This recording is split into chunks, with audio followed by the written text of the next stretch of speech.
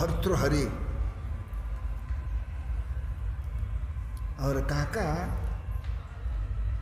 ತಂದೆ ತೀರ್ಕೊಂಡ ಸಣ್ಣವ ಇದ್ದ. ಅವನಿಗೆ ಕಳಿಸಿದ್ರು ಗುರುಗಳಲ್ಲಿ, ಪಾಠಶಾಲೆಗೆ ಹೋಗಿ ಶಾಣೆಯಾಗಿ ಬಾಪ ಮಗ ಅಂತ ಕಳಿಸಿದ್ರು. ವಿದ್ಯಾ ಕಲಿತ ಬಹಳ ಜನಪ್ರಿಯ. ಸಣ್ಣವಿರ್ತಕ್ಕೆ ಏನು ಗುಣ ಇರ್ತಾವೆ ಅದು ಕಡಿತಕ್ಕೆ ಇರ್ತಾವೆ ಅಂತ ಹೇಳ್ತಾರಲ್ಲ, ಹುಟ್ಟುದ ಗುಣ ಹೊಗಳುತಕ್ಕ ಹೋಗುವುದಿಲ್ಲ ಅಂತ, ಮಣ್ಣಾಗಿಡುತ್ತಕ್ಕ ಹೋಗಂಗಿಲ್ಲ. ಹುಡುಗ ಬಹಳ ಪ್ರೀತಿ, ನೋಡ್ಲಿಕ್ಕೆ ಹಾಗೆ ಸೌಂದರ್ಯ, ಮಾತಿನೊಳಗೆ ಹಾಗೆ ನಯ ನುಡಿ ವಿನಯ. ಇಡೀ ಜನ ಎಲ್ಲ ಅವನ ಬಹಳ ಪ್ರೀತಿ ಮಾಡ್ತಿದ್ರು.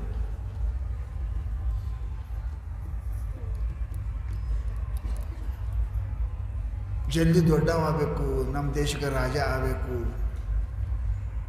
ಪರಂತು ಅವ್ರ ಕಾಕ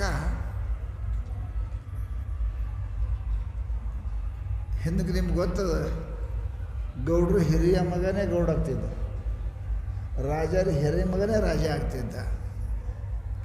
ಅಲ್ಲ, ಹಿರಿಯ ಮಗ ಪಾಟೀಲ, ಸಣ್ಣ ಮಗ ಬಿರಾದಾರ.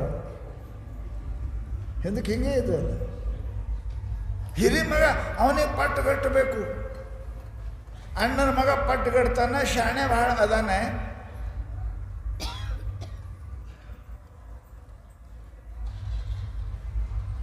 ಕಾಕನ ಮನಸ್ಸಿನಾಗ ಒಂದು ಕೆಟ್ಟ ಬುದ್ಧಿ ಬಂತು, ನಂದು ಮಗ ಅದ, ಈ ರಾಜ್ಯ ನನ್ನ ಮಗನಿಗೆ ಆಗಬೇಕು, ಅವನಿಗೆ ಆಗಬಾರ್ದು. थोरले वडिलांच्या मुलांना राज्य का बरं, माझ्या मुलांना का बरं नको, म्हणून त्यांच्या चाचाच्या काकाच्या मनाचे हे पाप आल्यामुळे त्यांनी काहीतरी असं वाट्याचं हे काटा काढून जावं हे विचार आला. ತಿಳಿತೇನ್ರಿ ನಿಮಗೆ ಏನಂದೆ?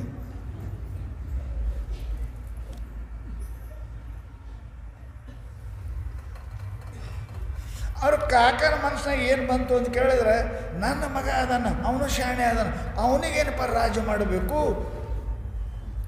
ಅಣ್ಣನ ಮಗನಿಗೆ ದಾರಿ ಅಂತ ತೆಗಿಬೇಕು. ವಿಚಾರ ಬಂದು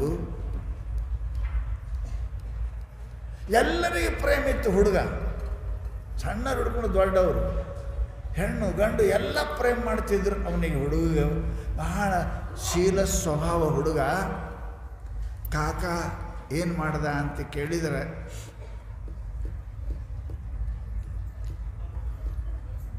ಕೊಲಗಡಕರಿ ಕರೆಸಿ ಇವನಿಗೆ ತಗೊಂಡು ಹೋರಿ ಅಂತ ತಿಳ್ಕೊಂಡು ಕಳಿಸದ.